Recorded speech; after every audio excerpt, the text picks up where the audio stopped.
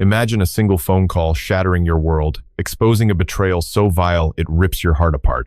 What if the son you raised, the love you lost, and the empire worth $200 million were all built on lies?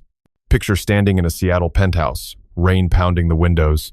As the truth unfolds, $75 million stolen, your name slandered, your family turned against you. Would you fight for justice or run from the pain? This is Edward Callahan's story, a tale of greed, heartbreak, and a shocking twist that will leave you breathless. Welcome to RevengeX, where electrifying stories of betrayal and triumph set your soul ablaze. We're thrilled to have you join our community of viewers who celebrate unyielding resilience and fierce courage. Hit that subscribe button to never miss a heart-pounding tale. And it'd be incredible if you smashed the like button, shared this video, or dropped a comment with the time and city or country you're watching from. Your likes, shares, and heartfelt comments are the greatest spiritual gift, the fuel that keeps this channel burning bright. Now, buckle up for a story that'll hit you right in the feels. Let's dive in. My name is Edward James Callahan, and at 52, I thought I'd built a life impervious to betrayal. I'm a man who turned a single food truck into Callahan's culinary empire, a restaurant chain that's a household name across the Pacific Northwest. With a net worth of $80 million, I've dined with senators, toasted with celebrities, and seen my name in Forbes. But none of that prepared me for the gut-wrenching moment when the phone rang in my penthouse office overlooking Seattle's Puget Sound, shattering the illusion of trust I'd clung to for decades. The call wasn't just about the death of my ex-wife, Victoria Ann Prescott. It was the prelude to a betrayal so colossal it would unravel everything I thought I knew about love, family, and loyalty. The late afternoon sun filtered through the floor-to-ceiling windows, casting golden streaks across my mahogany desk as I sipped a $20 espresso, the kind Victoria used to mock as pretentious nonsense. My assistant, Clara Thompson, a fiercely loyal woman who'd been with me since the food truck days, was organizing contracts when the phone's shrill ring cut through the hum of the office. Clara glanced at me, her hazel eyes sharp with concern. "Want me to get it, Ed?" she asked, sensing something off.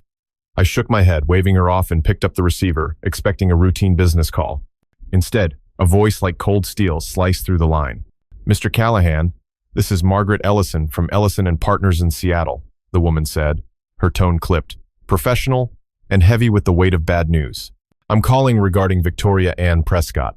I'm sorry to inform you that she passed away last night." The words hit like a sledgehammer to the chest. Victoria, my ex-wife, the woman who'd once been my everything, was gone. My hand gripped the phone so tightly my knuckles whitened, and the room seemed to tilt. Clara, sensing my distress, hovered nearby, her loyalty a quiet anchor in the storm brewing inside me.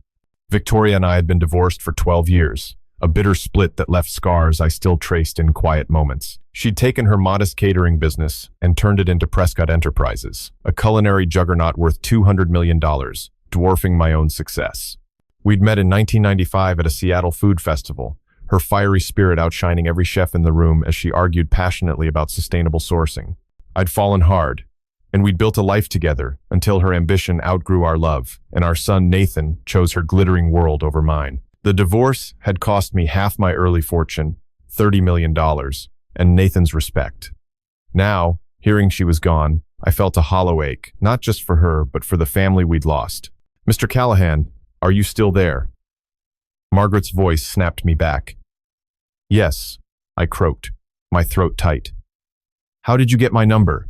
"You're listed as an emergency contact in Miss Prescott's estate documents," she replied. "You're named as a beneficiary in her will, and your presence is requested at the reading tomorrow after the funeral." Beneficiary? The word felt like a cruel joke. Victoria had made it clear during our divorce that I was a footnote in her empire, a man who'd held her back. What could she possibly leave me? A token trinket? A final jab? Before I could process, Clara's voice cut through. "Ed, you okay? You look like you've seen a ghost." Her concern was genuine, a stark contrast to the venom I'd face later. But another figure loomed in my mind. Gregory Holt, Victoria's slimy business partner, a man with a shark smile and a reputation for backstabbing deals. He'd been at her side during the divorce, whispering in her ear, turning Nathan against me with lies about my failure to keep up. I could already imagine him orchestrating some scheme to twist Victoria's will, ensuring I got nothing while he and Nathan reaped the rewards. My mind churned with memories of betrayal. Nathan, now 30, had called me irrelevant at his college graduation, his words echoing Victoria's disdain. Gregory had fueled that fire, painting me as a small-time dreamer who couldn't match their vision. The divorce wasn't just a legal split, it was a public execution of my pride, with Gregory and Nathan cheering as Victoria's lawyers stripped me bare.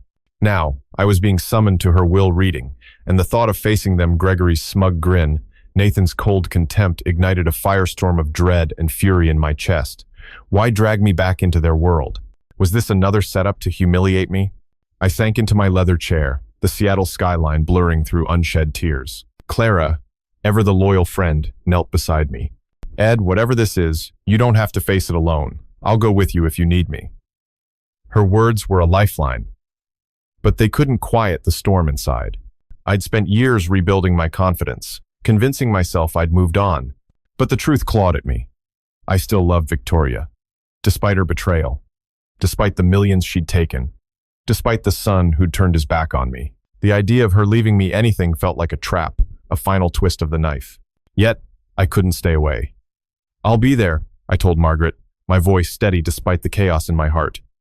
As I hung up, the espresso cup slipped from my hand, shattering on the hardwood floor. Clara gasped, but I barely noticed, my mind racing. What if Gregory had manipulated Victoria's will to cut me out entirely, leaving everything to Nathan and himself? What if this was a public spectacle to cement my irrelevance? The betrayal I'd endured, Victoria's ambition, Nathan's rejection. Gregory's scheming felt like a wound ripped open anew, bleeding millions in lost dreams and broken promises. The funeral was at St. James Cathedral, a grand Seattle landmark where Victoria's elite circle would gather. I pictured Nathan, his tailored suit screaming wealth, sneering at my presence. Gregory would be there too, his eyes glinting with malice, ready to twist the knife. And somewhere in that cathedral, Victoria's legacy, $200 million, a culinary empire, a lifetime of ambition would be divided, likely leaving me with nothing but more shame. My heart pounded with the injustice of it all. I'd given her everything, my love, my support, my dreams, only to be discarded. Now, I was being pulled back into her world, not as a partner, but as a pawn in a game I didn't understand. Clara's hand on my shoulder grounded me. "You're Edward Callahan," she said fiercely. "You built an empire from nothing. Whatever's coming, you'll face it with dignity." But dignity felt fragile against the specter of betrayal. I stared at the shattered cup, its pieces mirroring my fractured past. Tomorrow, I'd walk into that cathedral, not just to mourn Victoria, but to confront the ghosts of a life stolen from me. By her, by Nathan, by Gregory, by a world that valued wealth over loyalty. The fight in me wasn't dead yet, but the pain of their betrayal, amplified by the millions at stake, threatened to drown me before I even stepped through those doors. The rain-slicked streets of Seattle gleamed under the sodium glow of streetlights as I drove my 10-year-old Jeep through Capitol Hill toward St. James Cathedral. The weight of the previous day's call from Margaret Ellison clung to me like damp fog, each mile amplifying the dread, knotting my stomach. I wasn't just heading to Victoria's funeral, I was walking into a lion's den where Nathan, my estranged son, and Gregory Holt, the snake who'd poisoned my family, waited to tear me apart. My mind churned with questions. Why had Victoria named me in her will? Was this a final act of cruelty? A staged humiliation orchestrated by Gregory to cement my place as the fool who'd lost everything? The betrayal I'd endured 12 years ago, Victoria's abandonment, Nathan's scorn, Gregory's manipulations felt like a wound ripped open, bleeding fresh pain across a $200 million empire. Clara sat beside me, her presence a steady lighthouse in the storm. "You don't owe them anything, Ed," she said, her voice firm but warm, like a barista offering a free coffee on a rough day. Her loyalty, forged through years of late-night menu planning and shared dreams in the food truck, was my only shield against the coming onslaught. But even Clara couldn't quiet the war inside me. Part of me wanted to turn the Jeep around, retreat to my penthouse, and let Victoria's world bury itself without me. Another part, the stubborn Irish streak that had built Callahan's culinary empire from nothing, refused to let them win again. I'd face their venom, but the thought of Nathan's cold eyes and Gregory's smug grin made my hands tremble on the wheel. The cathedral loomed ahead, its stone spires piercing the gray sky like accusations. I parked between a Bentley and a Porsche, my Jeep looking like a stray dog among purebreds. Clara squeezed my arm. "You've got this, boss." I nodded, but doubt gnawed at me.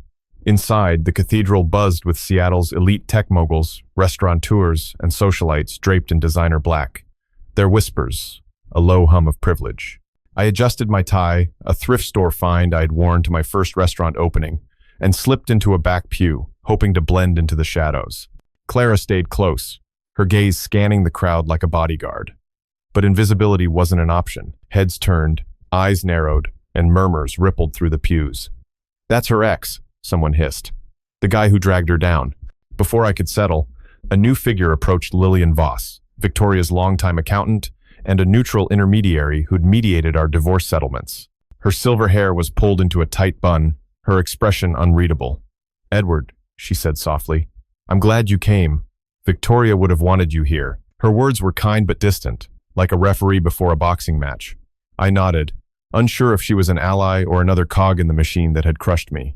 Then, the air shifted, heavy with menace, as Nathan stormed down the aisle, his polished loafers clicking like gunfire. At 30, he was Victoria's mirror, sharp jaw, piercing eyes, and a tailored Armani suit that screamed money. Behind him slithered Gregory Holt, his shark-like grin flashing under the cathedral's chandeliers, his Rolex glinting with every calculated step. "Well, well, look who crawled out of the gutter," Nathan sneered, his voice dripping with street-sharp venom, loud enough to silence the crowd. "What's the play, old man? Think you can waltz fit? System. In here and snatch Mom's empire? You're a fucking nobody, Ed. A washed-up burger flipper who couldn't keep up." His words cut deeper than I'd expected, each syllable a blade twisting in the old wounds of our fractured bond. Gregory chuckled, leaning in like a hyena. "Yeah, Eddie, what's the angle? Hoping for a pity check? You're out of your league, pal." The crowd leaned in, hungry for drama, their phones already recording the spectacle. I stood, my heart pounding, fighting the urge to shrink. "I'm here to honor your mother, Nathan," I said, my voice steady despite the tremor in my chest. "Not to fight you." But the lie in my own words stung. I wasn't just here for Victoria. I was here to prove I wasn't the failure they'd painted me as. Nathan laughed, a cruel, barking sound. "Honor? You? The guy who bailed on us when Mom was building something real? You're a leech, Dad, sniffing around for scraps." Gregory stepped closer, his cologne sharp and aggressive. "Face it, Callahan, you're a relic." Victoria moved on, and so did Nathan. "Why don't you crawl back to your greasy spoons?" The cathedral was a pressure cooker now, every eye locked on us. Clara's hand gripped my arm, her voice a fierce whisper. "Don't let them break you, Ed. You're better than this." But their words clawed at my soul. I'd spent 12 years convincing myself I'd healed, that my restaurants, my community, my life had meaning. Yet here, in this gilded cage, I felt like the 20-year-old kid who'd begged Victoria to stay, only to watch her walk away with Nathan and half my fortune. The betrayal wasn't just the divorce. It was Nathan's choice to erase me, Gregory's campaign to vilify me, and the world's eagerness to believe I was nothing. Then, a new shock hit. Lillian stepped forward, her voice cutting through the tension. "Nathan, Edward, there's something you both need to know before the service starts." She pulled an envelope from her briefcase, sealed with Victoria's monogram. "Victoria left instructions for me to share this with you now." My stomach lurched. Instructions? Was this the trap I'd feared? A public letter branding me as the failure Nathan claimed? Nathan's eyes narrowed, sensing a shift. "What's this bullshit, Lillian? Mom's will is tomorrow. What's she playing at?" Gregory's grin faltered, his fingers twitching like he'd been caught off guard. Lillian's face remained neutral, but her hands trembled slightly as she opened the envelope. "It's a preliminary statement from Victoria, meant for you both." She began reading, her voice steady but heavy. "My dearest Edward and Nathan, if you're hearing this, I'm gone. But before my will is read, I need you to know I've made choices that will shock you. Edward, you've been wronged, not just by me, but by those who twisted our story. Nathan, you've been led astray by ambition and lies." The words hit like a thunderclap. Nathan's face drained of color, and Gregory's jaw tightened, his eyes darting to the exits. My mind reeled. Victoria, admitting she'd wronged me? The woman who'd called me a small-time dreamer in court? Who'd let Gregory and Nathan rewrite our history? The pain of her betrayal, compounded by Nathan's rejection and Gregory's schemes, surged anew, but now it was laced with confusion. What choices had she made? Was this a genuine olive branch or a cruel setup for another fall? Lillian continued. "Edward, you're named in my will for reasons that will become clear. Nathan, you must face truths you've avoided."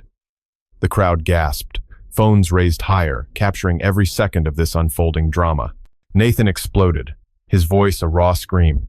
"This is a fucking setup. You're telling me Mom's throwing shade from the grave? And for him?"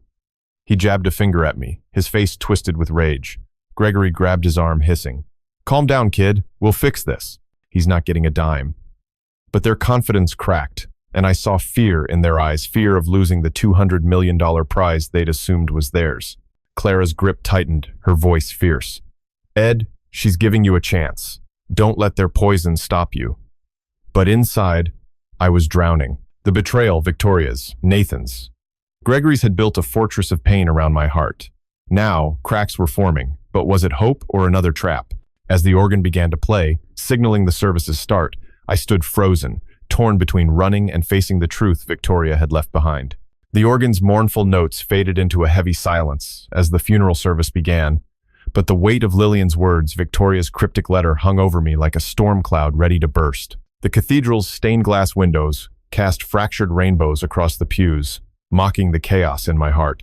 I sat rigid, Clara's steady presence beside me, the only thing keeping me from bolting out the side door. Nathan's venomous outburst and Gregory's sneering taunts echoed in my skull, each word a fresh betrayal slicing through the fragile armor I'd built over 12 years. Victoria's letter hinted at redemption, but my gut screamed it was a trap, a final, cruel twist to bury me under the weight of her $200 million legacy. The crowd's whispers buzzed like static, their eyes darting between me, Nathan, and the altar, hungry for the next act in this Seattle soap opera. The eulogy began, delivered by a slick tech CEO who painted Victoria as a goddess of innovation, her Prescott Enterprises a beacon of culinary genius. Every word glorified her, erasing the woman who'd once laughed with me over burnt pancakes in our tiny Belltown apartment. I wanted to scream that she'd been more than a corporate titan. She'd been my partner, my love, until ambition, and Gregory's poison turned her against me. Clara sensed my tension, her hand brushing mine. "Stay strong, Ed," she whispered, her voice a lifeline. But strength felt like a distant memory when Nathan, seated in the front pew, turned to shoot me a glare so vicious it could have shattered glass. Gregory, beside him, smirked, whispering something that made Nathan's lips curl into a cruel grin. Their alliance was a blade in my chest, a reminder of how they'd rewritten my life as the villain who'd failed Victoria. Then, another shock hit. As the CEO stepped down, a new figure took the podium, Marcus Reed, a grizzled chef who'd worked with Victoria in her early catering days. His weathered face and calloused hands marked him as an outsider in this sea of polished suits, a relic of her humbler beginnings. "Victoria wasn't just a boss," Marcus began, his voice rough but steady. "She was a friend who never forgot where she came from, and she trusted Edward Callahan with her dreams when no one else did." The crowd gasped, heads swiveling toward me. Nathan's face twisted with rage, and Gregory's smirk vanished, replaced by a scowl. My heart stuttered. Marcus was loyal, a rare ally from a past Victoria had buried, but his words felt like a spotlight I didn't want. Why drag me into this now? Was he part of Victoria's game, or was this another layer of betrayal? Nathan shot to his feet, his voice cutting through the cathedral like a gunshot. "What the fuck is this, huh? You think you can rewrite history, you old as Ben?"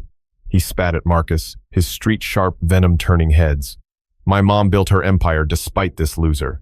He jabbed a finger at me, his eyes blazing.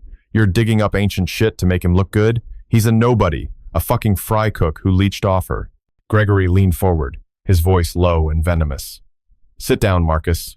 You're embarrassing yourself, propping up a deadbeat who couldn't hack it." The crowd murmured, some nodding, others filming, their appetite for drama insatiable. Clara gripped my arm, her eyes fierce. "Don't let them rewrite you, Ed," she hissed. "Marcus is telling the truth." My mind spun, torn between gratitude for Marcus's defense and the crushing weight of Nathan's hatred. I'd poured my soul into supporting Victoria's early dreams, working double shifts to fund her catering gigs, only to be erased when her success outgrew me. Now, Marcus's words cracked open that buried truth, but they also exposed me to more scorn. The betrayal stung deeper than ever. Nathan's rejection wasn't just personal, it was a public crucifixion, amplified by Gregory's scheming. I wanted to stand, to shout that I'd loved Victoria fiercely, that I'd sacrificed everything for her vision, but doubt clawed at me. What if this was another setup, a way to make me hope before crushing me again?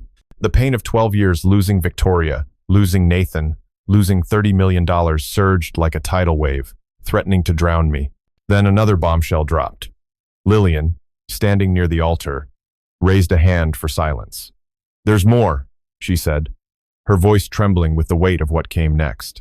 She held up a second envelope, this one marked confidential, in Victoria's sharp handwriting. Victoria instructed me to reveal this during the service, to set the stage for tomorrow's will reading. Nathan's eyes widened, his bravado faltering. Gregory's face darkened, his fingers twitching like he sensed a threat. The crowd leaned forward, phones poised, as Lillian continued.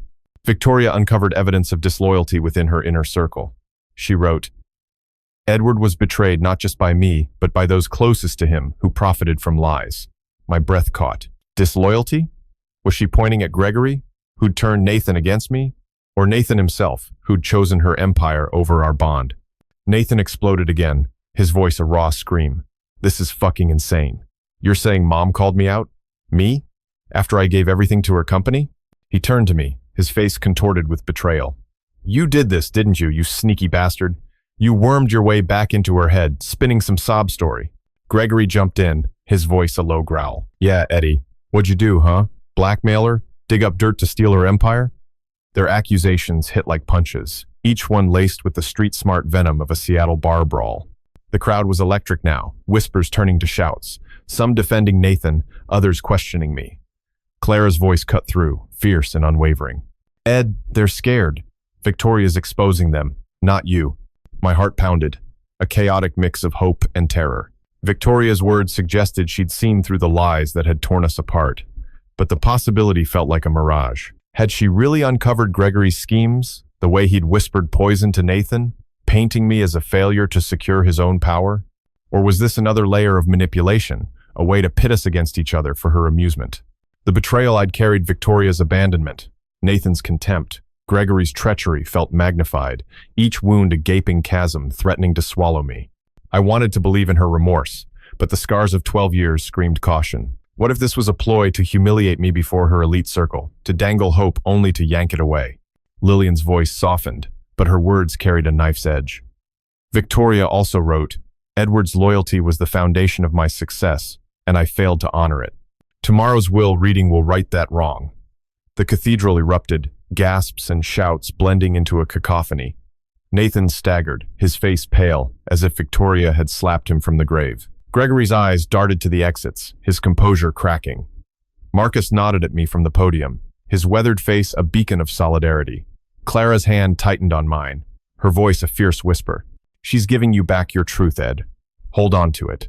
But inside, I was a battlefield. The betrayal, Nathan's hatred, Gregory's lies, Victoria's silence had defined me for too long. Now, her words offered a lifeline, but trusting them felt like stepping onto thin ice. What if the will reading revealed another twist, a final betrayal masked as redemption? As the service resumed, the priest's voice, a distant hum, I sat frozen, torn between the man who'd loved Victoria and the man who'd survived her. The $200 million empire loomed like a guillotine, and I was either its victim or its unlikely heir.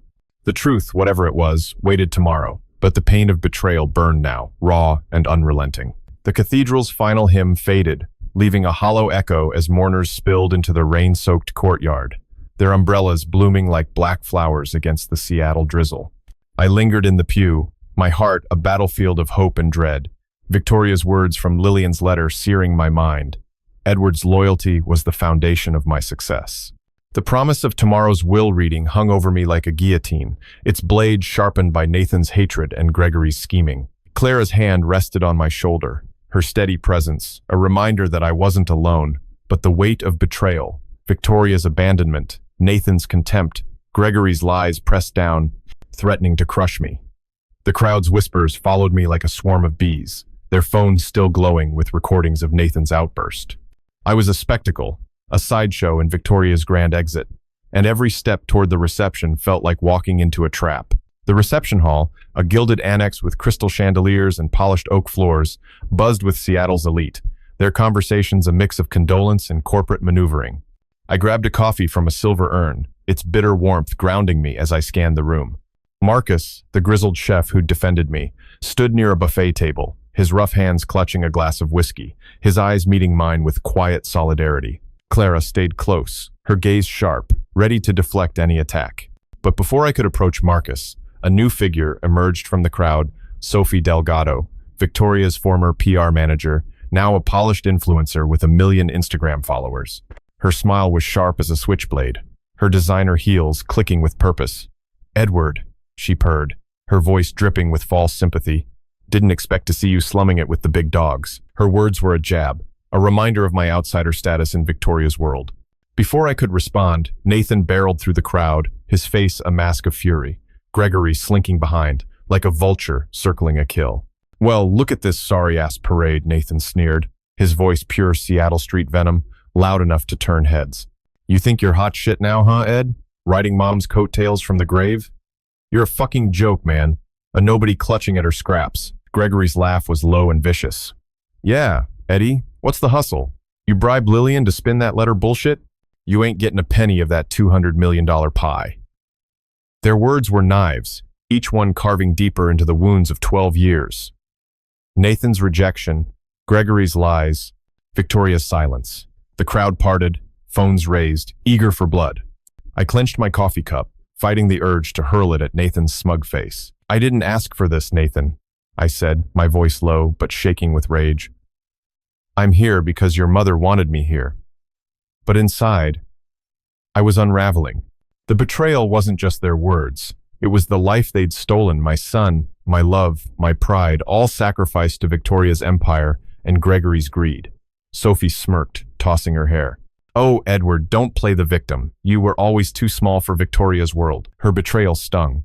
A reminder of how she'd once flattered me at company events, only to mock me behind closed doors when Victoria's star rose. Then, another shock hit.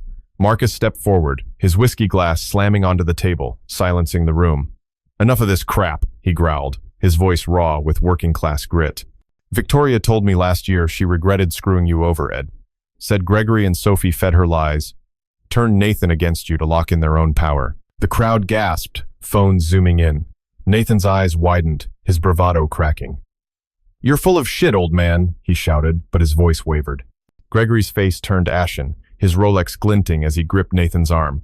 "Shut it, Marcus," he hissed. "You're just a washed-up cook stirring up drama." But Marcus didn't back down. "Victoria kept records, you snake. Emails, calls proof you two played dirty to cut Ed out." My heart pounded, a chaotic mix of vindication and terror. Victoria had known about Gregory and Sophie's schemes. The woman who'd called me a failure in court had seen through their lies. The betrayal I'd carried, her abandonment, Nathan's hatred, their manipulation felt like a house of cards collapsing, but I couldn't trust it. What if this was another layer of deception? A way to dangle hope before crushing me again? Clara's voice broke through, fierce and steady. "Ed, Marcus is telling you what you always knew. They betrayed you, not her." But doubt clawed at me, a beast born of 12 years of pain, whispering that Victoria's regret was too good to be true. Then, another bombshell dropped. Lillian appeared, clutching a leather folder, her face pale but resolute. "There's one more thing," she said, her voice cutting through the chaos. "Victoria left a video message to be played here, now, for everyone." The crowd froze, phones poised, as a screen descended from the ceiling. Nathan's face twisted with panic. "What the hell is this? Another fucking stunt?" Gregory's eyes darted to Sophie, who looked ready to bolt. Lillian pressed a remote, and Victoria's face appeared, her eyes sharp but weary, recorded months before her death. "Edward, Nathan, if you're watching this, I'm gone," Victoria began, her voice steady but heavy with regret. "I failed you, Edward, by letting ambition and lies tear us apart. Gregory and Sophie manipulated me, fed me stories that you were holding me back, and I believed them. Nathan, they used you too, turning you against your father to secure their own power." The crowd erupted, gasps and shouts blending into a frenzy. Nathan staggered, his face white. "No way," he whispered, but his voice broke. Gregory's jaw clenched, his eyes blazing with fury. Sophie's smile vanished, her hands trembling as she clutched her purse. My mind reeled, the pain of betrayal surging like a wildfire. Victoria had known that Gregory and Sophie had orchestrated my downfall, poisoning Nathan against me. The $30 million I'd lost in the divorce, the years of Nathan's contempt, the public humiliation, all fueled by their lies. But why reveal this now? Was it genuine remorse, or a final twisted game to pit us against each other? I wanted to believe her, to cling to the hope that she'd seen my worth, but the scars of betrayal screamed caution. The crowd was a circus now, some shouting at Gregory, others filming Sophie's retreat toward the exit. Nathan spun on me, his voice a raw scream. "You fucking planned this, didn't you, you slimy bastard? Got Mom to film this sob story to screw me over?" Gregory grabbed his shoulder, his voice a guttural snarl. "He's playing you, kid. He's been scheming to steal that $200 million empire from day one." Their accusations were a street brawl, raw and vicious. But I saw fear in their eyes, fear of losing everything. Clara stepped in front of me, her voice fierce. "Back off, both of you. Victoria's telling the truth, and you're scared shitless." Marcus nodded, his whiskey glass raised like a weapon. "She's got proof, assholes. You're done." Inside, I was a wreck. The betrayal, Victoria's silence, Nathan's hatred, Gregory and Sophie's schemes had defined me for too long. Now, Victoria's video offered a lifeline, but trusting it felt like jumping off a cliff. What if the will reading revealed another twist, another betrayal masked as redemption? As the reception descended into chaos, shouts echoing off the oak walls, I stood frozen, torn between the man who'd loved Victoria and the man who'd survived her. The $200 million empire was a ticking bomb, and I was either its target or its master. Tomorrow's will reading would decide, but the pain of betrayal burned now, a raw, unrelenting inferno. The reception hall's chaos lingered like smoke as I slipped out into the Seattle rain, the weight of Victoria's video confession pressing against my ribs like a physical wound. Her words admitting Gregory and Sophie's betrayal, acknowledging my loyalty, had cracked open a hope I'd buried 12 years ago. But the raw pain of Nathan's hatred and the crowd's judgment burned hotter than ever. Clara followed me, her umbrella shielding us both, her silence a steady anchor as we headed to my Jeep.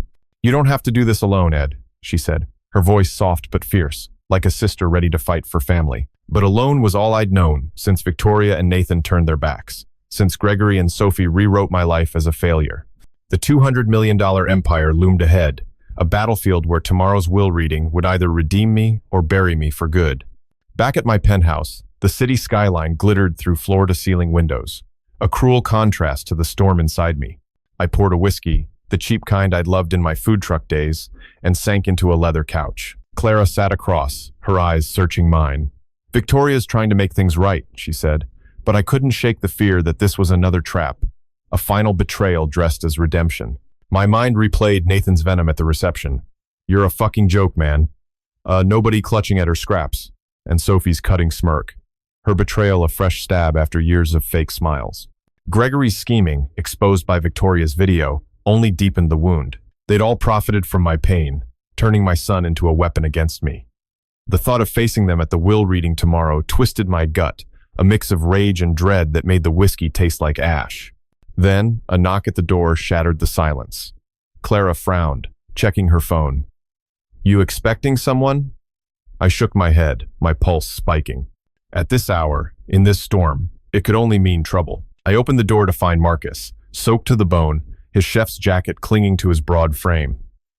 "Ed, we need to talk," he said, his voice urgent, his eyes haunted. "There's shit you don't know about Victoria's plans." Before I could respond, another figure stepped from the shadows, Jenna Walsh, a former board member of Prescott Enterprises, her sharp suit and colder eyes marking her as another player in Victoria's game. "He's right," she said, her tone clipped, neutral, like a lawyer delivering bad news. "But it's worse than you think." My heart sank. Jenna was no ally, but she wasn't an enemy either, just a corporate drone who'd watched Victoria's empire grow while I was cast out. Marcus, though, was a lifeline, his loyalty a rare constant in this mess. I let them in, the air thick with tension. Marcus paced, his hands clenched. "Victoria called me 6 months ago, Ed. Said she found proof documents, recordings that Gregory and Sophie were skimming millions from her company, funneling it to offshore accounts." My jaw dropped, the whiskey glass trembling in my hand. Millions? The betrayal I'd felt losing $30 million in the divorce, losing Nathan, was dwarfed by this new treachery. "She wanted to protect you," Marcus continued. "But Nathan, he's in on it too." The room spun, my chest tightening like a vice. Nathan, my son, part of Gregory and Sophie's scheme? The boy I'd taught to flip burgers, who'd once clung to my hand at Pike Place Market. Now a thief stealing from his own mother. The betrayal cut deeper than anything before, a raw, bleeding wound that made my vision blur. "No," I whispered, but my voice cracked. "He wouldn't." Clara's hand found mine, her grip fierce. "Ed, breathe. We'll figure this out." But figuring it out felt impossible when every piece of my past was crumbling. Then, another bombshell dropped. Jenna pulled a tablet from her bag, her face unreadable. "Victoria gave me this before she died. Said to show you if things got ugly." She tapped the screen, and an email appeared, time-stamped a month ago, from Victoria to her legal team. "I've uncovered fraud within Prescott Enterprises," it read. "Gregory Holt, Sophie Delgado, and my son Nathan have conspired to embezzle over $50 million. I'm revising my will to protect Edward, the only one I trust to right this wrong." My breath caught, the words a gut punch. $50 million stolen, and Nathan's name tied to it. The betrayal was a skyscraper, collapsing, crushing every hope I'd clung to for my son. Before I could process, the door burst open, and Nathan stormed in, his Armani suit rumpled, his eyes wild with rage. Gregory followed, his Rolex glinting, Sophie trailing like a venomous shadow. "You fucking snake," Nathan roared, his voice pure Seattle Street venom, shaking the penthouse walls. "You think you can play saint while Mom's corpse is still warm? You set this up, didn't you? You greedy bastard." Gregory's sneer was vicious. "Yeah, Eddie, you're a real piece of work, framing us with that fake-ass video to steal her $200 million empire." Sophie's laugh was sharp, cutting. "Poor Ed. Always the victim, huh? You're just a sad, washed-up cook chasing a payout. Red-free." Their words were a street brawl, raw and unrelenting, each one a blade in my heart. I stood, my fists clenched, fighting the urge to swing. "I didn't do anything," I shouted, my voice breaking. "Victoria's the one calling you out." But inside, I was drowning. Nathan's betrayal, stealing from his mother, siding with Gregory and Sophie felt like losing him all over again, only worse. The boy I'd loved was gone, replaced by this angry stranger who saw me as the enemy. Clara stepped between us, her voice a whip.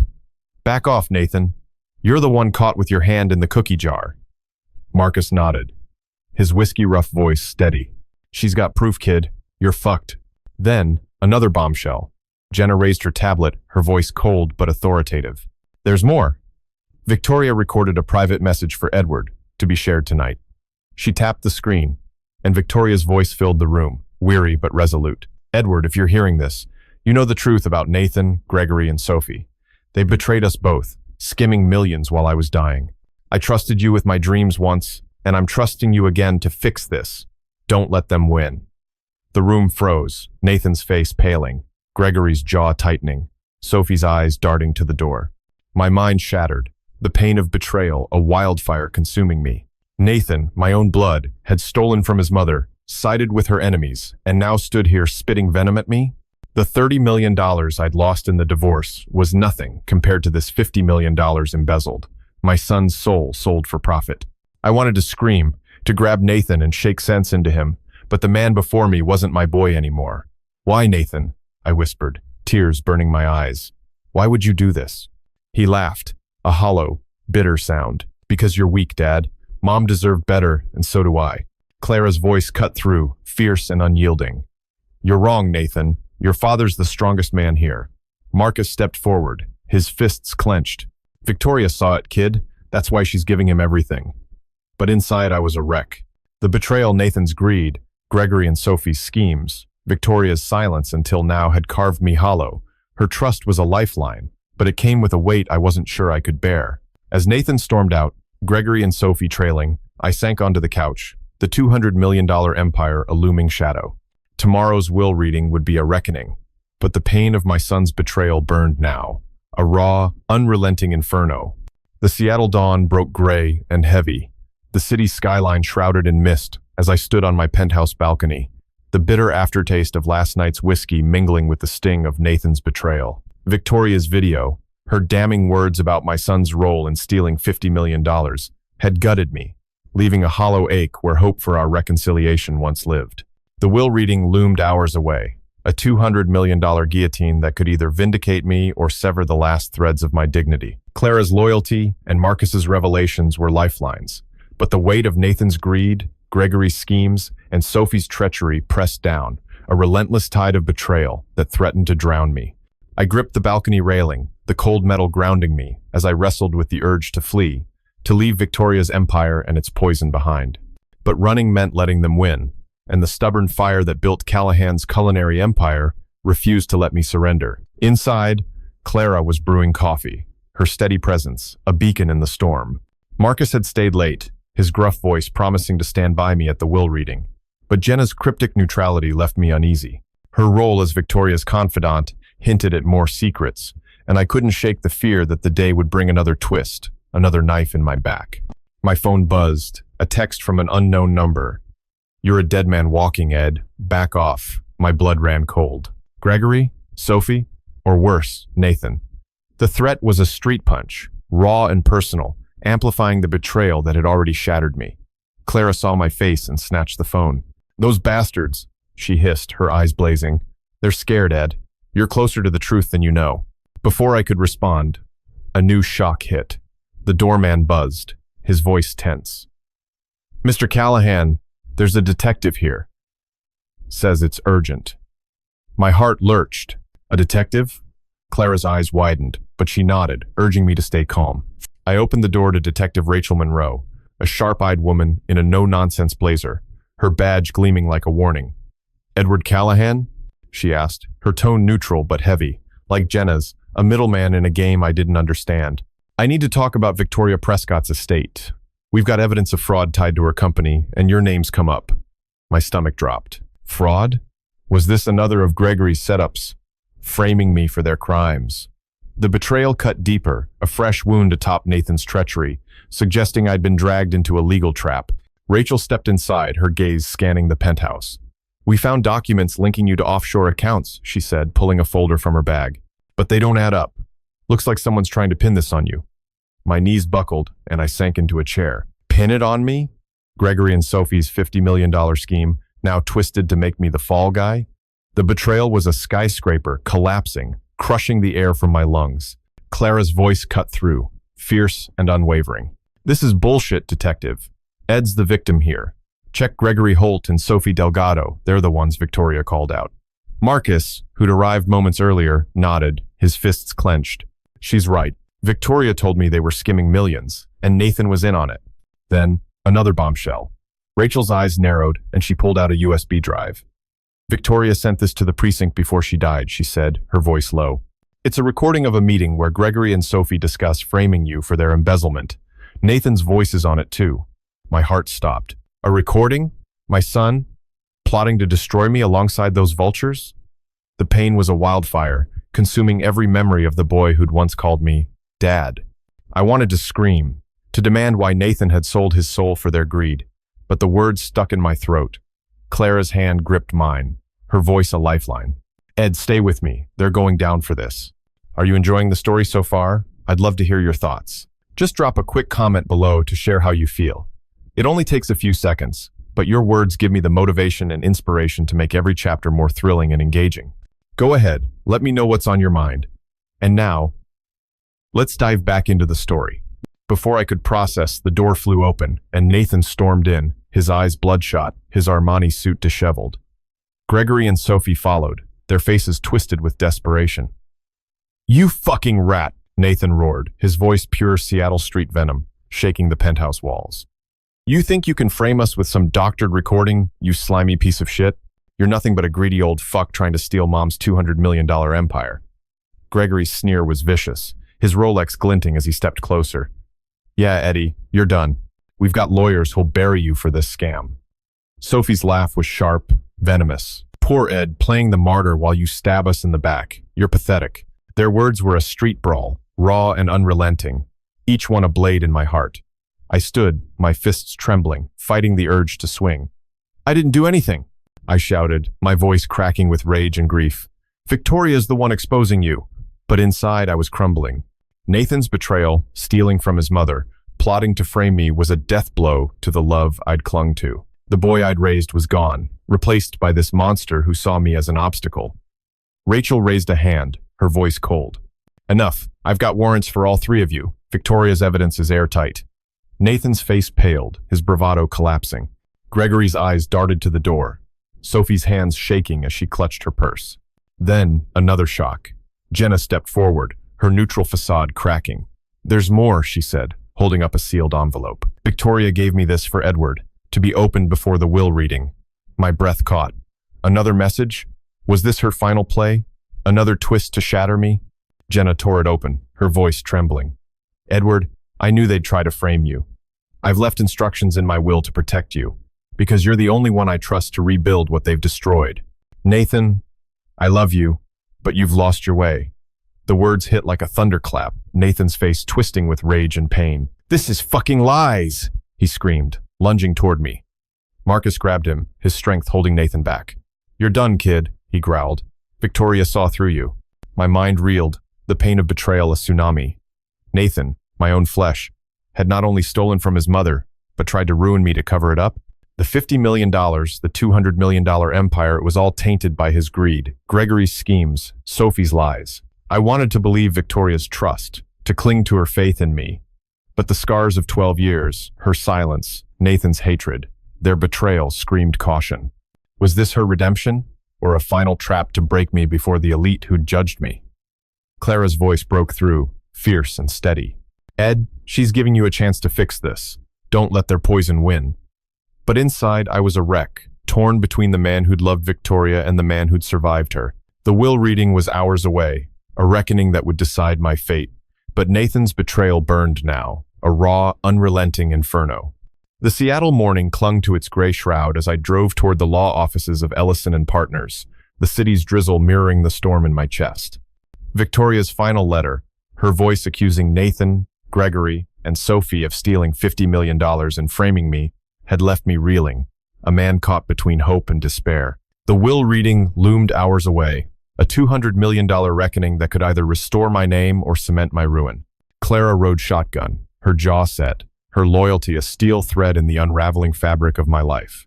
Marcus's promise to stand by me and Detective Rachel's evidence of fraud were lifelines, but Nathan's betrayal, my own son plotting against me, cut deeper than any knife. The anonymous threat on my phone, the weight of Gregory and Sophie's schemes, and the fear that Victoria's trust was a mirage, fueled a churning dread. I gripped the steering wheel, my knuckles white, torn between fleeing this nightmare and facing the truth head-on. The law office sat in a sleek downtown high-rise, its glass facade reflecting Seattle's somber sky. Clara squeezed my hand as we stepped into the elevator, her voice fierce. "You're not the man they say you are, Ed.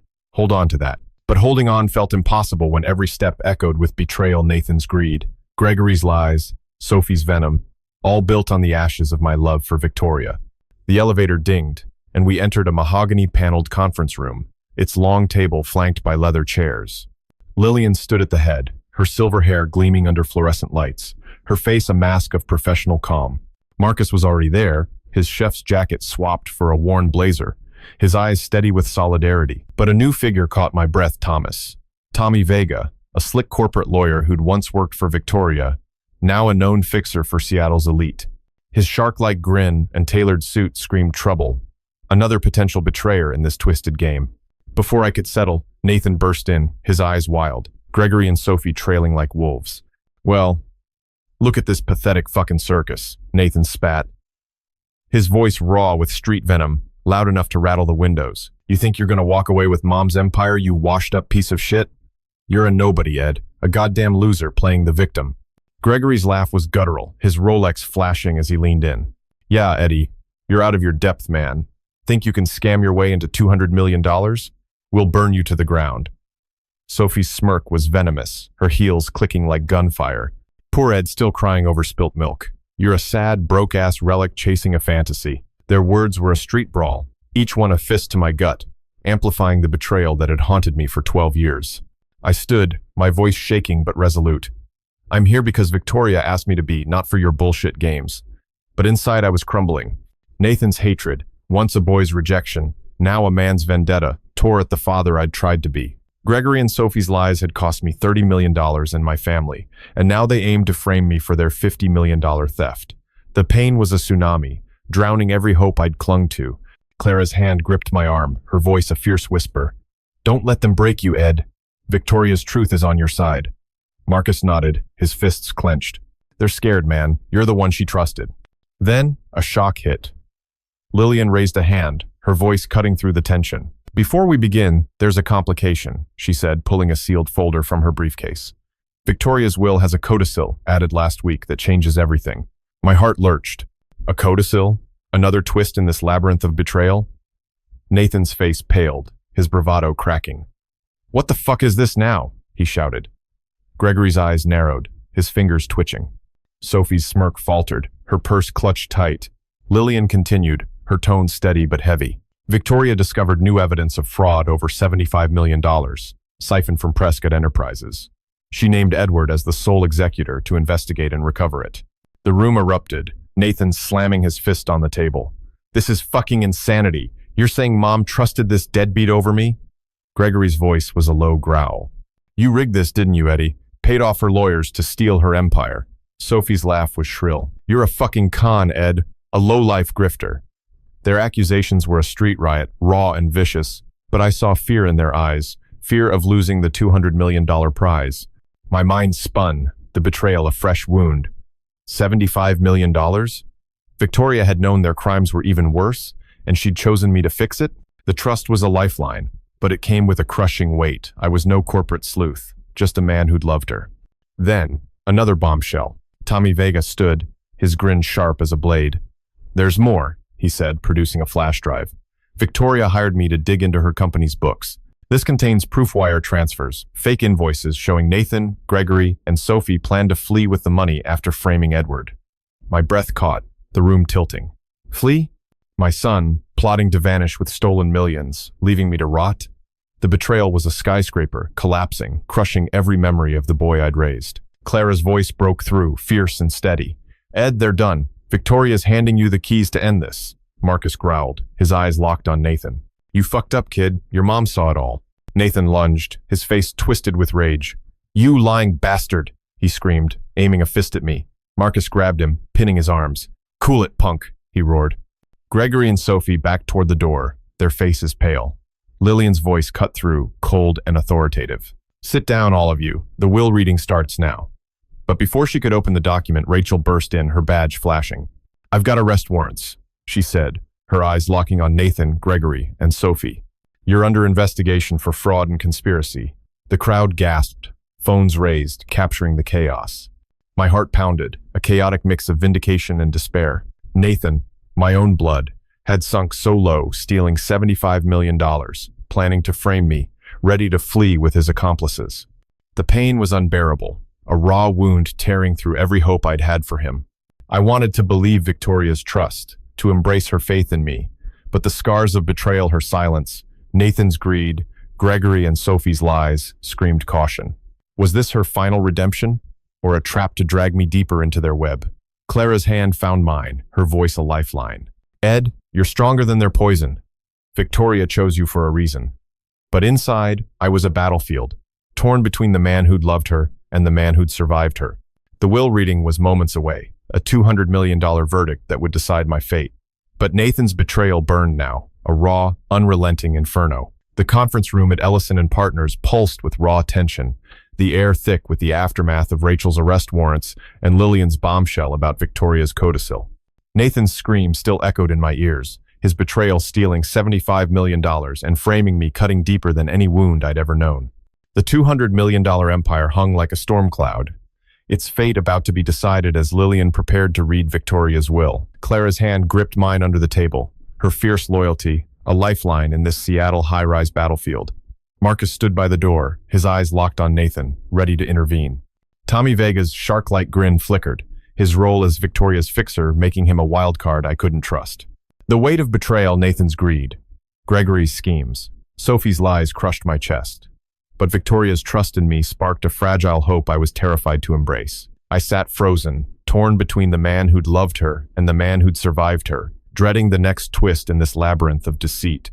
Lillian cleared her throat, her silver hair catching the light as she opened the will, her voice steady but heavy with gravity. This is the last will and testament of Victoria Ann Prescott, executed 3 months ago, properly witnessed under Washington state law. Nathan leaned forward, his eyes burning with desperation, while Gregory and Sophie exchanged nervous glances, their bravado cracking under Rachel's looming warrants. My heart pounded, a chaotic mix of fear and longing. Would Victoria's will redeem me, or was this another trap, a final betrayal to shatter me before Seattle's elite. Then, the first shock hit. Lillian's voice rang out, clear and unyielding. To my son, Nathan Prescott, I bequeath my waterfront estate on Lake Washington, valued at $1 million, and a trust fund of $500,000. Nathan's face lit up, a smug grin spreading, but it faltered as Lillian continued. This bequest is conditional on Nathan resigning from Prescott Enterprises and completing a 2-year ethics program. The room gasped, Nathan's grin vanishing like smoke. What the fuck? He roared, slamming his fist on the table, his street venom shaking the walls. She's screwing me over for this loser? He jabbed a finger at me, his eyes wild. Gregory's laugh was guttural. You're a fucking fraud, Eddie, rigging this to steal her empire. Sophie's sneer was sharp. Pathetic, Ed. You're a lowlife mooching off a dead woman's guilt. Their words were a street brawl, raw and vicious, each one a blade in my heart. I gripped the table, fighting the urge to shout back. I didn't ask for this, I said, my voice trembling with rage and pain. But inside, I was a wreck. Nathan's betrayal, stealing millions, plotting to frame me, had already broken me, and now his hatred burned hotter, fueled by Victoria's conditions. Clara's voice cut through, fierce and steady. They're scared, Ed. She's cutting them out for a reason. Marcus nodded, his fists clenched. Keep it together, man. She's got more to say. Then, another bombshell. Lillian turned the page, her eyes meeting mine with a flicker of sympathy.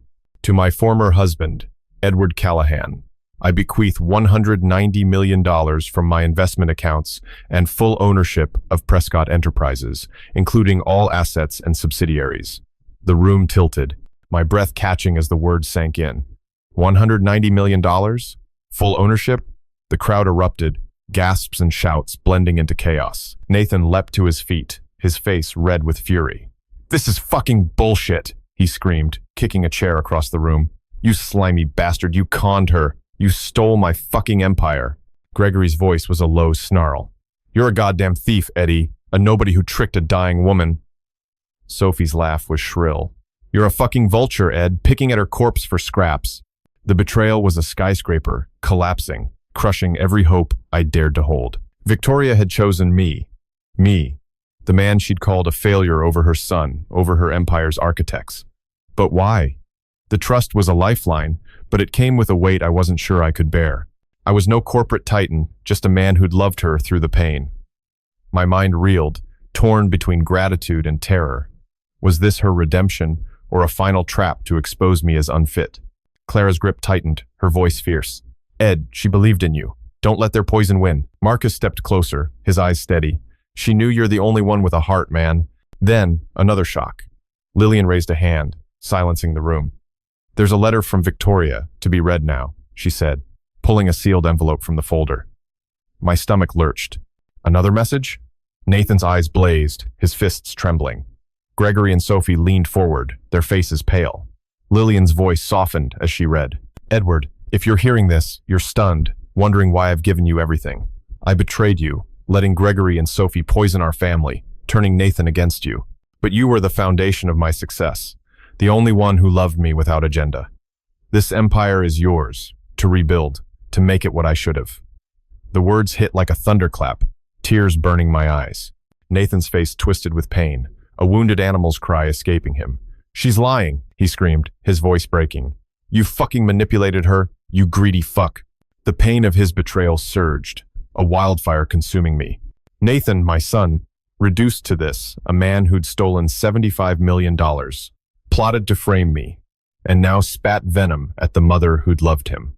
I wanted to reach for him, to pull him back from the abyss, but the man before me was a stranger, forged by Gregory and Sophie's lies. My heart ached, a raw wound torn open by his rejection, their schemes, and Victoria's silence until now. Was her trust real, or a cruel illusion to break me before the world? Rachel stepped forward, her badge flashing. Nathan, Gregory, Sophie, your warrants are active. You'll answer for the fraud. The crowd gasped, phones raised, capturing the chaos. Then, one final bombshell. Tommy Vega stood, his grin gone, his voice low. Victoria left one last instruction, he said, holding up a notarized document. She named Edward as her personal representative to oversee a federal investigation into Prescott Enterprises fraud, with full authority to seize assets. The room exploded, Nathan lunging at me, his face contorted. "You fucking traitor!" he roared, Marcus restraining him. Gregory and Sophie bolted for the door, but Rachel's officers blocked them.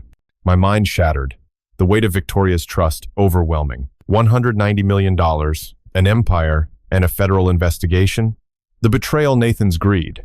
Gregory and Sophie's lies had built a fortress of pain, but Victoria's faith was a beacon. Yet, I was terrified. A man who'd built restaurants, not empires, now tasked with dismantling a criminal web. Clara's voice broke through, fierce and unwavering. "Ed, you're the man she trusted. You've got this." But inside, I was a battlefield. The pain of Nathan's betrayal, a raw, unrelenting inferno, as the $200 million empire waited to claim me. The conference room at Ellison and Partners pulsed with raw tension, the air thick with the aftermath of Rachel's arrest warrants and Lillian's bombshell about Victoria's codicil. Nathan's scream still echoed in my ears, his betrayal stealing $75 million and framing me cutting deeper than any wound I'd ever known. The $200 million empire hung like a storm cloud, its fate about to be decided as Lillian prepared to read Victoria's will. Clara's hand gripped mine under the table, her fierce loyalty, a lifeline in this Seattle high-rise battlefield. Marcus stood by the door, his eyes locked on Nathan, ready to intervene. Tommy Vega's shark-like grin flickered, his role as Victoria's fixer making him a wild card I couldn't trust. The weight of betrayal, Nathan's greed, Gregory's schemes, Sophie's lies crushed my chest, but Victoria's trust in me sparked a fragile hope I was terrified to embrace. I sat frozen, torn between the man who'd loved her and the man who'd survived her, dreading the next twist in this labyrinth of deceit. Lillian cleared her throat, her silver hair catching the light as she opened the will, her voice steady but heavy with gravity. "This is the last will and testament of Victoria Ann Prescott, executed 3 months ago, properly witnessed under Washington state law." Nathan leaned forward, his eyes burning with desperation, while Gregory and Sophie exchanged nervous glances, their bravado cracking under Rachel's looming warrants. My heart pounded, a chaotic mix of fear and longing. Would Victoria's will redeem me, or was this another trap, a final betrayal to shatter me before Seattle's elite? Then, the first shock hit. Lillian's voice rang out, clear and unyielding. "To my son, Nathan Prescott, I bequeath my waterfront estate on Lake Washington, valued at $1 million and a trust fund of $500,000. Nathan's face lit up, a smug grin spreading, but it faltered as Lillian continued.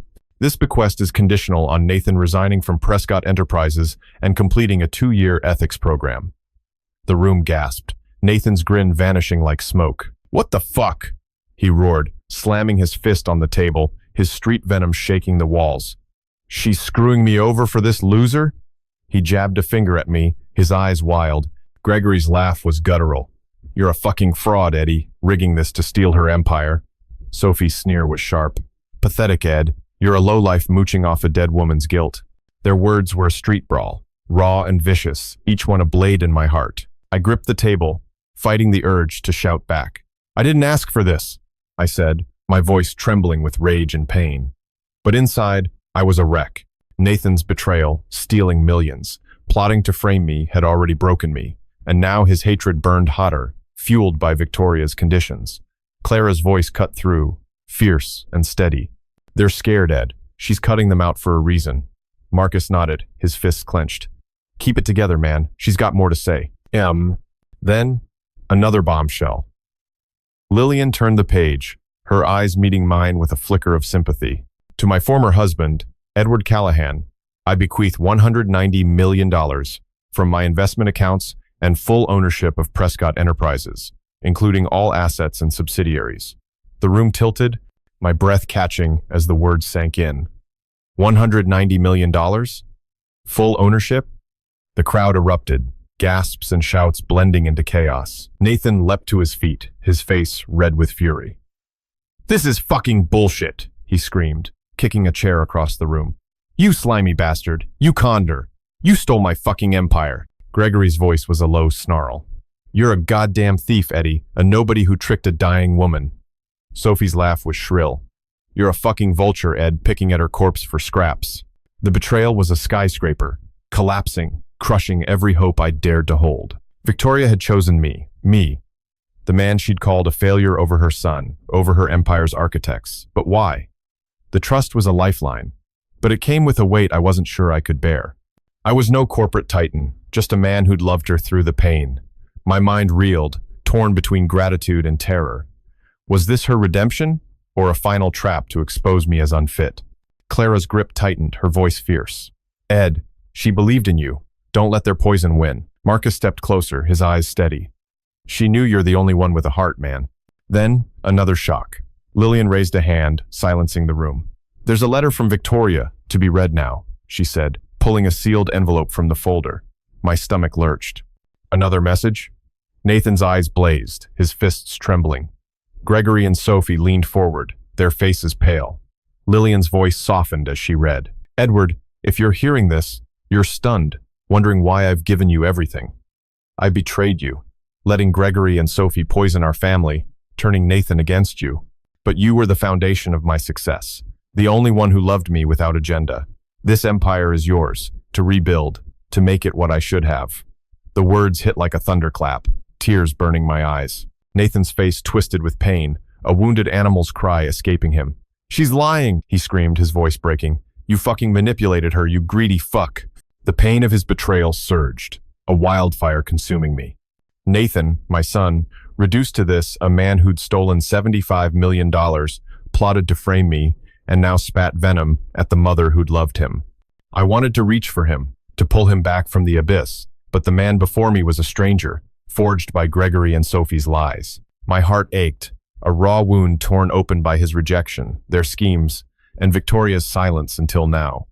Was her trust real, or a cruel illusion to break me before the world? Rachel stepped forward, her badge flashing. Nathan, Gregory, Sophie, your warrants are active. You'll answer for the fraud. The crowd gasped, phones raised, capturing the chaos. Then, one final bombshell. Tommy Vega stood, his grin gone, his voice low. Victoria left one last instruction, he said, holding up a notarized document. She named Edward as her personal representative to oversee a federal investigation into Prescott Enterprises fraud, with full authority to seize assets. The room exploded, Nathan lunging at me, his face contorted. You fucking traitor, he roared, Marcus restraining him. Gregory and Sophie bolted for the door, but Rachel's officers blocked them. My mind shattered, the weight of Victoria's trust overwhelming. $190 million, an empire, and a federal investigation? The betrayal, Nathan's greed, Gregory and Sophie's lies, had built a fortress of pain, but Victoria's faith was a beacon. Yet, I was terrified, a man who'd built restaurants, not empires, now tasked with dismantling a criminal web. Clara's voice broke through, fierce and unwavering. Ed, you're the man she trusted. You've got this. But inside, I was a battlefield. The pain of Nathan's betrayal, a raw, unrelenting inferno, as the $200 million empire waited to claim me. The conference room at Ellison and Partners was a cauldron of chaos, the air electric with the fallout of Victoria's will. $190 million, and Prescott Enterprises were mine, a staggering trust from the woman who'd once cast me aside, while Nathan's betrayal, stealing $75 million and framing me, burned like a brand on my soul. Victoria's ledger, her note, and Tommy's digital evidence had exposed Nathan, Gregory, and Sophie's crimes, but their venomous attacks and Rachel's arrest warrants only deepened the wound. Clara's fierce grip anchored me, Marcus's steady presence a shield, but Lillian's calm and Tommy's cryptic role kept me on edge. The weight of Victoria's faith naming me to rebuild her empire clashed with the terror that I was a pawn in a final, cruel betrayal. My heart pounded, a battlefield of hope and despair, as I clutched the metal box, its ledger a ticking bomb in this Seattle high-rise drama. Lillian's voice sliced through the tension, her silver hair glinting as she raised a new document. Victoria included a final directive, she said, her tone heavy with finality. Edward is to assume immediate control of Prescott Enterprises board, with authority to fire any employee involved in the fraud. My breath caught, the room tilting. Control the board? Fire her inner circle? Nathan's eyes blazed, his cuffs rattling as he strained against Rachel's officers. You gotta be fucking kidding me, he roared, his street venom shaking the walls.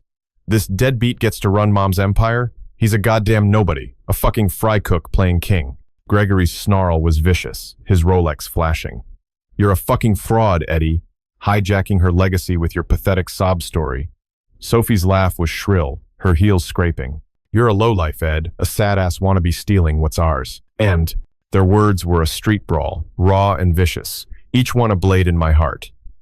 I stood, my voice trembling but resolute. I didn't ask for this, Nathan, I shouted, tears burning my eyes. Your mother chose me. But inside, I was crumbling. Nathan's betrayal, stealing millions, plotting my ruin had shattered the father I'd been, and now his hatred burned hotter, fueled by Victoria's trust in me. The pain was a tsunami, drowning every memory of the boy who'd once trusted me. Clara's voice cut through, fierce and steady. Ed, they're desperate. Victoria's giving you power to end this. Marcus nodded, his fists clenched. She knew you're the only one with guts, man. Then a shock hit. Rachel stepped forward, her badge glinting, holding a sealed envelope. Victoria sent this to the precinct with her evidence, she said, her voice cold but urgent. It's a list of board members complicit in the $75 million fraud signed by her. My stomach dropped, the room spinning. Complicit board members? Victoria had uncovered a deeper conspiracy, implicating her trusted allies? Nathan's face paled, his bravado cracking. This is fucking bullshit, he screamed, lunging against the officers. Gregory's eyes darted to Sophie, who looked ready to bolt. Rachel continued. 3 board members, handpicked by Gregory, helped funnel the money. Victoria named Edward to clean house. The betrayal surged, a wildfire consuming me. Nathan, Gregory, Sophie, and now the board. The empire I'd been handed was a nest of vipers, built on lies that had cost me $30 million and my family. I wanted to scream, to demand why Victoria had waited until death to expose this. But the pain of Nathan's role, my own son, complicit in this web, cut deepest. Then, another bombshell. Tommy stood, his grin gone, producing a tablet. Victoria left a video for the board, to be played now, he said, tapping the screen. Her face appeared, weary but resolute. Edward, I've entrusted you with my empire because you're the only one I trust to root out the rot. The board's betrayal runs deeper than Nathan's. Use the ledger to expose them. The room erupted, Nathan's scream, a wounded animal's cry. You fucking traitor, he roared, his voice breaking. Gregory snarled. You're a goddamn con, Eddie, rigging this to steal everything. Sophie's laugh was shrill. You're a fucking joke, Ed. A nobody playing savior. Oh. My mind reeled, the weight of Victoria's trust overwhelming. $190 million, an empire, a ledger, and now a corrupt board. The betrayal, Nathan's greed, Gregory and Sophie's schemes, the board's complicity had carved me hollow, but her faith was a beacon I was terrified to trust. Then, one final shock. Clara, who'd been silent, stood, her eyes blazing, holding a USB drive. I found this in Victoria's office last month, she said, her voice trembling with rage. She gave it to me, said to keep it safe for Edward. It's a recording of Nathan bribing the board to frame you. My heart stopped, the room tilting. Nathan, bribing the board? My son, orchestrating a conspiracy to destroy me? The pain was unbearable, a raw wound tearing through every hope I'd had for him.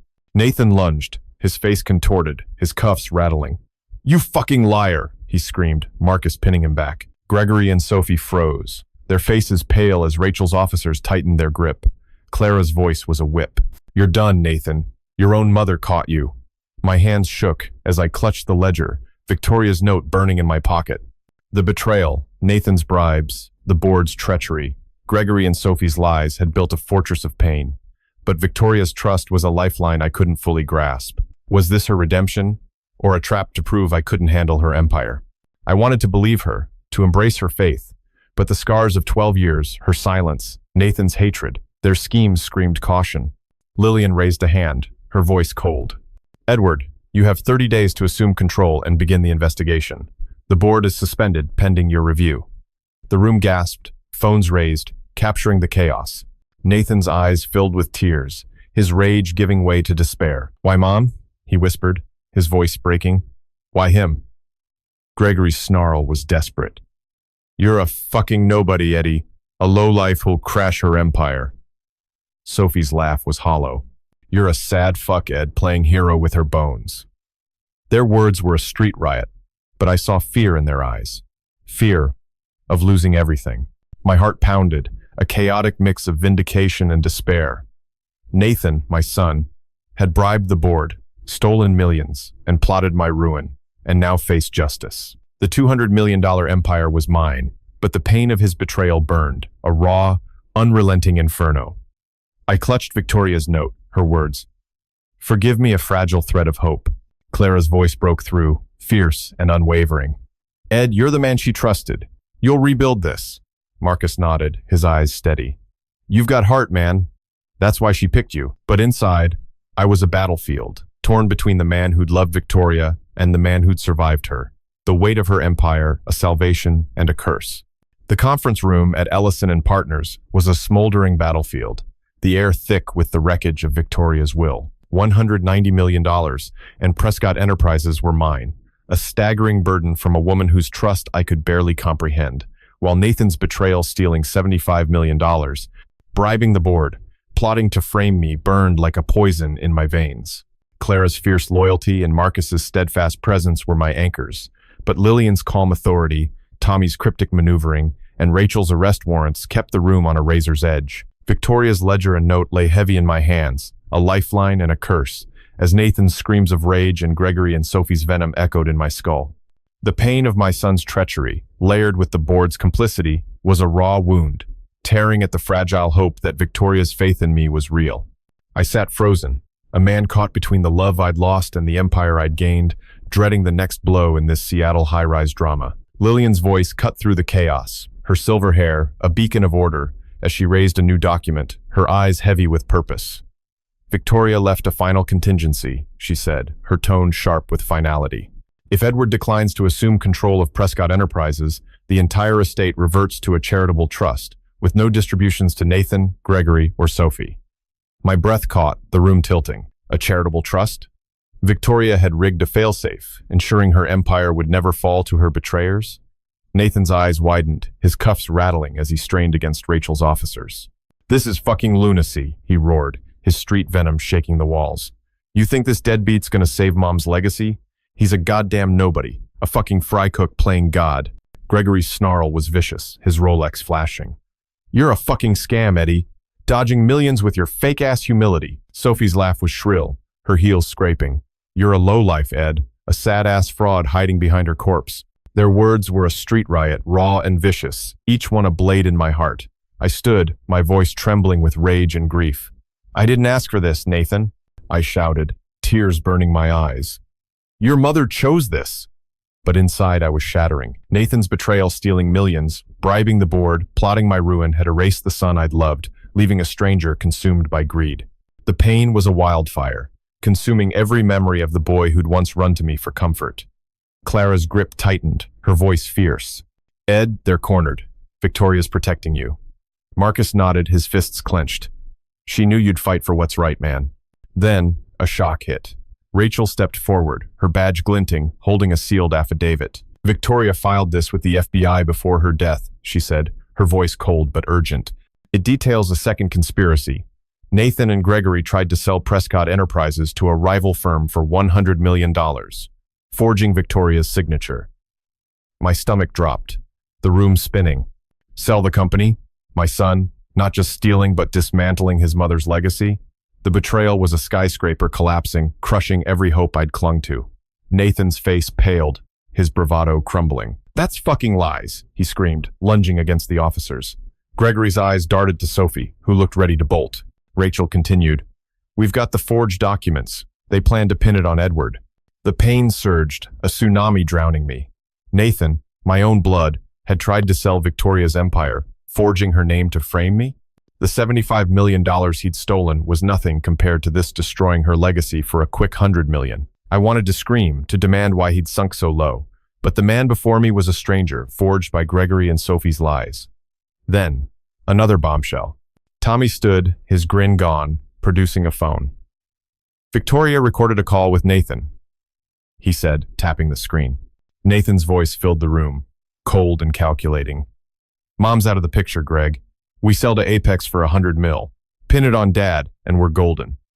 My heart stopped, the room tilting. Nathan, plotting with Gregory to betray his mother and me? The pain was unbearable, a raw wound tearing through every memory of my son. Nathan's face contorted, a mix of rage and despair. "You fucking bastard," he screamed, lunging at me, Marcus pinning him back. You set this up, you slimy fuck.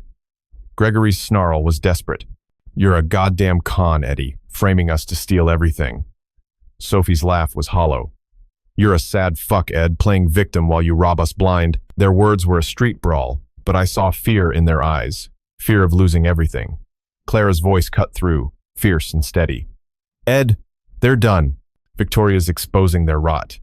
Marcus growled, You're the man, Ed. She knew it. Then, one final shock. Clara stood, her eyes blazing, holding a small journal.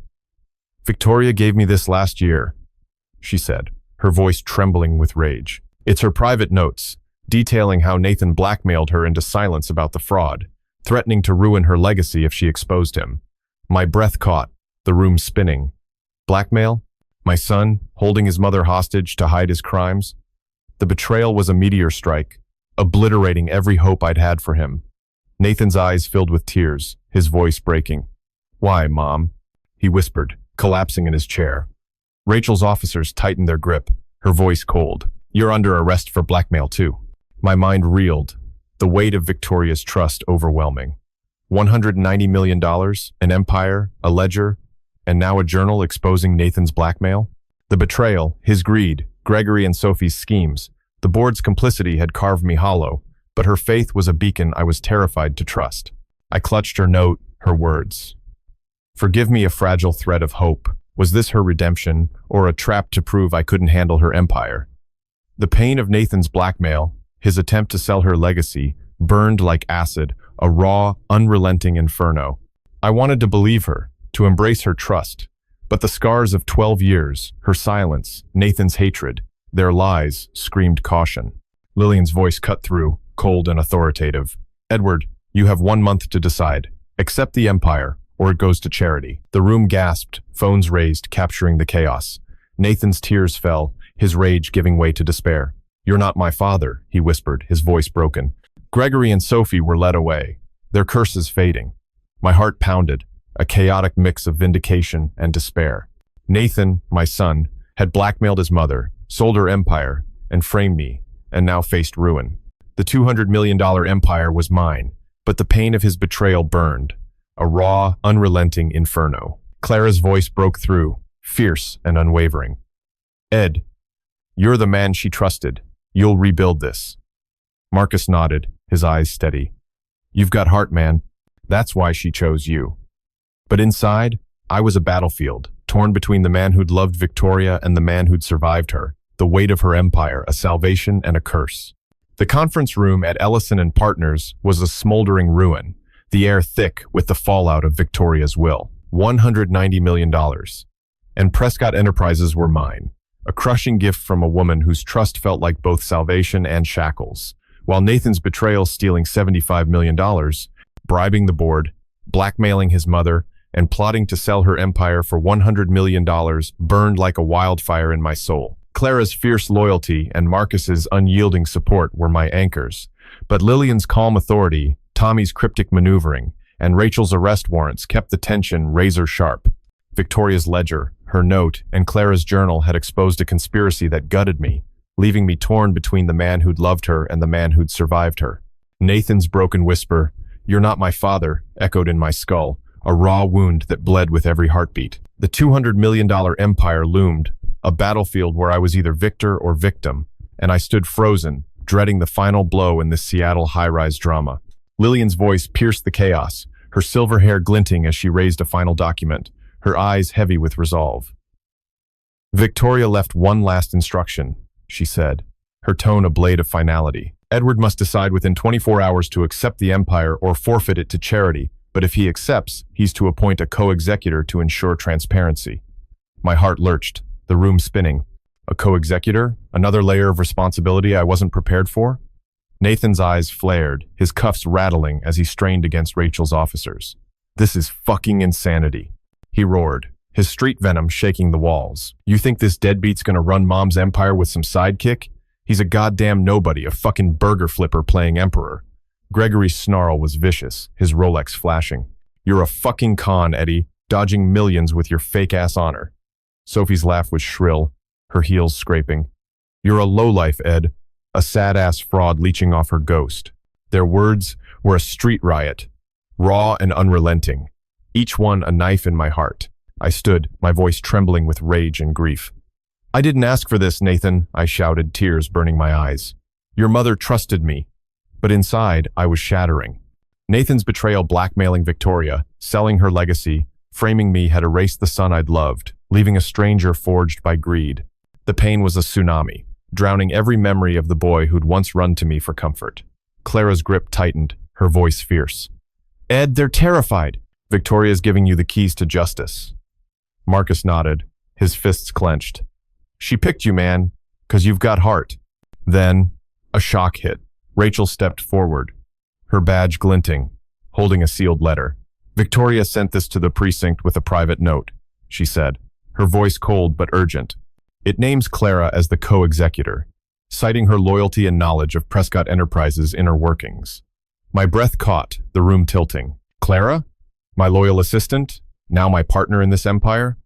Nathan's face paled, his bravado crumbling. "What the fuck?" he screamed, lunging against the officers. Gregory's eyes darted to Sophie, who looked ready to bolt. Rachel continued. "Victoria wrote, 'Clara's knowledge and integrity will guide Edward to rebuild what I broke.'" The betrayal surged, a wildfire consuming me. Nathan, Gregory, and Sophie had torn apart Victoria's legacy, but she'd chosen Clara, a woman who'd stood by me through every storm, to share this burden. Then, another bombshell. Tommy stood, his grin gone, producing a laptop. "Victoria left a final video, recorded 2 days before her death," he said, tapping the screen. Her face appeared, frail but fierce, her voice heavy with knowledge.